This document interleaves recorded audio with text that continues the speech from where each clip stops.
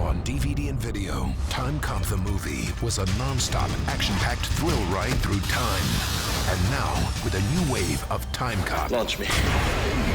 The journey continues. Their mission is to protect the past from the present. Got about a 30-minute window before the prison riot starts. I have to make sure you were never born in any incarnation. If he's out of his mind, you gotta send me back. Come on, baby!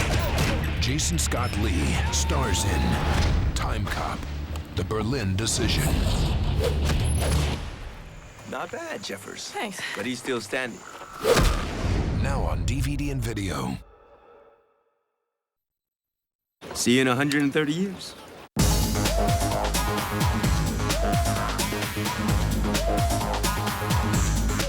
Look at that bad boy. We have a time breach in progress. What the hell is a time cup? Well, we basically are the preservers of time. We keep history in effect, as is, and we keep rogue time travelers, as a wise man once told me, from going back and altering history at all. The Timecop does his job right. No one knows if he got it right except him. I think the qualities that make Ryan the Timecop a hero is that there's a lot of human emotion involved. I think it always comes down to that. Ryan, yes, I think Ryan is a classic hero. I think he embodies sort of the strength and the power, and he makes you want to be on his side, because he's still got this really sort of sympathetic quality that makes you want to be a part of whatever team he's on. Not bad. We might actually pull this thing off. Jason is a lot like Ryan, I think, because he brings another element. It's not the one-dimensional action hero. He's bringing humanity to his character, and he's questioning what he's doing. Is it right? Has he bettered anything in the world?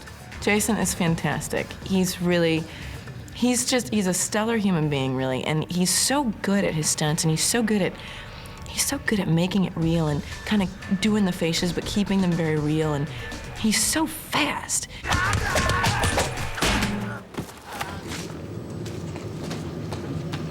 My character admires Ryan.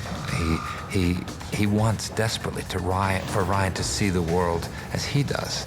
Brandon Miller, who's played by Thomas Ian Griffith, takes the other side of that equation and takes it to the extreme. Starting out as being a true altruist, that he would go back and right the wrongs of the past. What do you say we jump back in time to when man first decided to lock up all those deemed insane? Don't you want to know who made that decision? Miller's not a bad guy, I don't think, because he has a great cause. What he believes is if we have the technology to jump back in time, we have a responsibility to right all the wrongs of the past, which I think a lot of people can relate to, which gives the movie a lot of gray areas. So it's not your typical black and white, oh, he's the bad guy, and he's on, it's all about revenge. So there's something else, there's a bigger picture here. Thought you guys might need a little help on this one. There's an actress named Tava Smiley that is playing Jeffers, my partner. She's really cool. I mean, she's a very hard worker. She's worked so hard. She's never done action before. I'm an action babe. I think Tyler Jeffers is a little more than just an action babe, but yeah, I feel like an action babe. You are such a wuss, Edwards. Tava came in and auditioned for the role and just jumped out at, when she walked into the first audition that we had,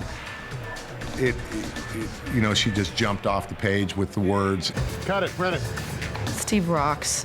Our director is really great. I found out that he used to be a stuntman way back, and I think that makes him ideal for an action film director. Oh, we can do that better.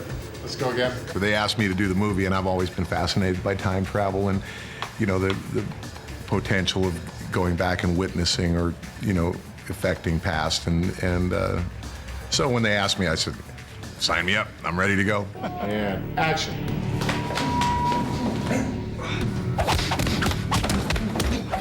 I enjoy the physicality, I enjoy the martial arts. A lot of it is hand-to-hand combat, and we try to make it really exciting and theatrical, but still have a sense of finesse. I've worked a lot in the action genre, And I'm real comfortable with it. You know, I studied Taekwondo since I was a kid. And, you know, you use all the skills you pick up in your career, and you can bring them to the next project. So I think on this we can pull them out of a bag and have fun with it. You always have a facet of danger involved, and whether you conk your head on the, you know, marble tile, or you hit an elbow and you chip a bone, or I don't know, whether you catch a left cross or something because the timing is off. What's been great is the people that we worked on here have been real good with their timing and their distance, and you know, they're real pros. Oh, no wonder. No. You changed it to the right one. Shooting it's a scene on how to pull your muscles in the cold, damp alleyways of Universal Studio Lot. The martial arts in this picture are choreographed by Fran and Jerry Poteet, who are some of the most famous martial arts choreographers in the world. In fact, they were the martial arts choreographers for Bruce Lee in the Bruce Lee movies. What if it just went where he didn't have to take the joint and do a jump kick to the head? Slow enough.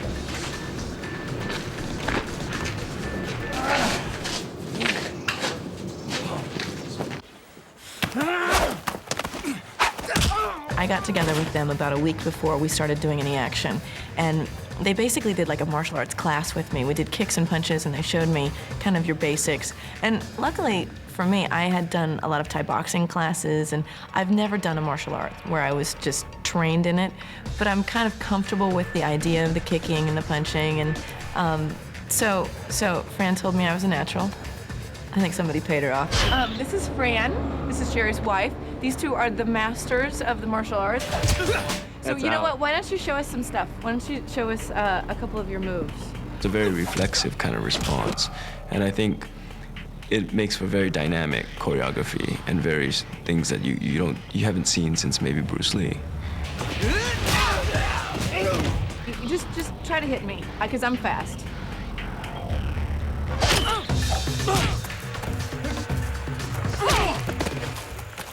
Not bad, Jeffers. Thanks. But he's still standing. There are definitely times that we'd all like to go back to and change, I think, you know, major times in the world where there was trauma or strife. And the idea is the world wouldn't be what it is today. Not that we have a perfect world, but it could be so much worse. What I would give to be able to sit and talk with you, knowing what I know now. I mean, time travel wouldn't be so amazing if we could really do it. And I think that this movie, there's a lot of fun stuff. There's, you know, great sequences and great periods we go back to.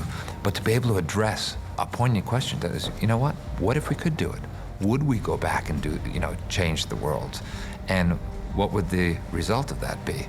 If you could travel back in time, would you change things to try to make them better, or would you leave things alone with the understanding that if change could become, you know, a horrible snowballing effect, that, you know, even by trying to do the best thing for the world, you might affect things in a very negative way.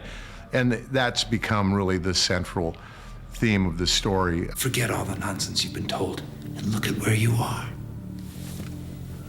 Do you realize what we could accomplish here together? Because this character has a lot of gray. You know, he has a good cause in this movie. His idea is, if we can go back, if we have the technology to go back in time, we should go back and right all the wrongs of history. So it's a great argument. You know, it's something you can really play and commit to. You don't want to stop a madman from killing 11 million people. I'd love to go back to the 50s. I'm such a geek. I think it'd be so fun. And then because I'd feel like I'd be just in a musical all the time, you know, dancing around cars, and I just think it would be great. Well, we get to go to like 1800s Atlantic City. We get to go to the Old West. We get to go to 1988. Then you get to 2001, and our story actually takes place in 2025. So there's a lot of like interesting time jumps. The whole sci-fi thing made this project so appealing because there are no limits, there are no rules. We can come up with anything and say, hey, if that works for our story, we can implement it, you know. This is, I think, the most challenging film I've done on a storytelling level. First of all, if you try to analyze for a moment what would happen if you actually went back in time and how you could affect things, and just all of the nuances of time travel, which sci-fi nuts I think will really dig about this film. In fact, when we finish here, after wrap, some of us are going to travel through time to some of our favorite time periods and just check them out. Maybe I'll take a video camera and show you what it looks like. Where the hell have you been? Saving the world. We have a time breach in progress. I kicked a little bit of ass. Not necessarily a little ass, just a little bit of ass. I'm sorry. This is Tava. Oh, I heard what you said about me. Didn't you see Jean-Claude Van Damme? Uh-oh. As I was talking. See, that's the director. He's yelling. Listen, it's me. It's Tava. See, Tava's clowning around and the director's yelling.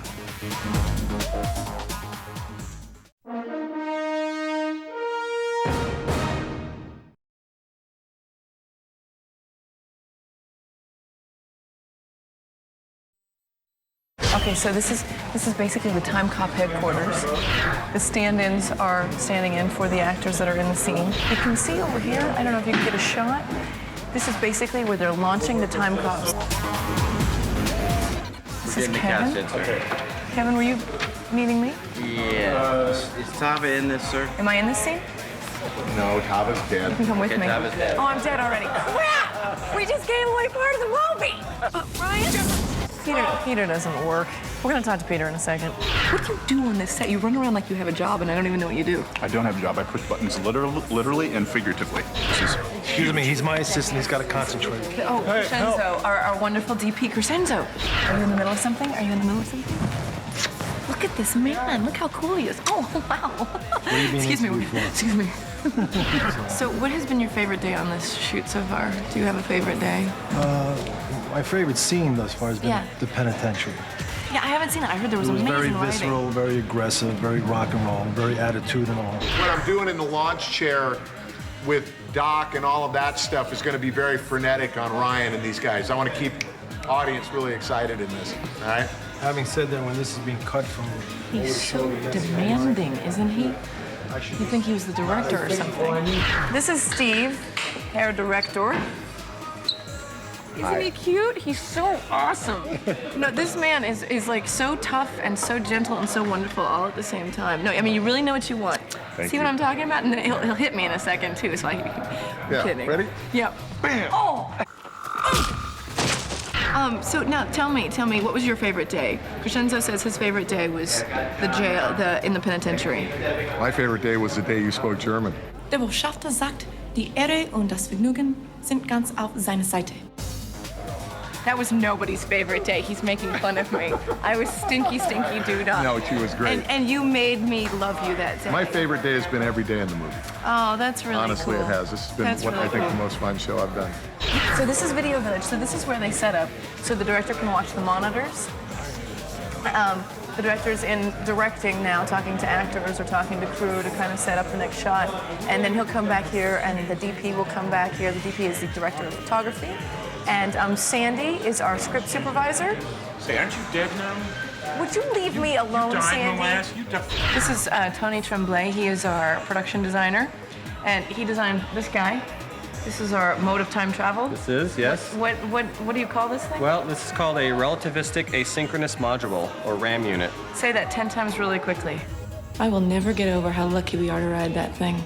As you can see, you can take 4 cutlery trays, put side by side, and it looks like some sort of a ion deflector. These are little plastic things from Toys R Us. We put battling tops in, but we've turned them around. The side of the chair has a Nerf rocket launcher on it. I have to hold on tightly now. Are we going to push me back into time now? Okay, I'll push you back in time. I think I'm going to go back to, when should I go back to? I think about the 1800s Go back about 10 feet. somewhere. 10 feet will work for this interview. Oh, okay. Or 10 feet, one of the two. We're going 10 feet into the past.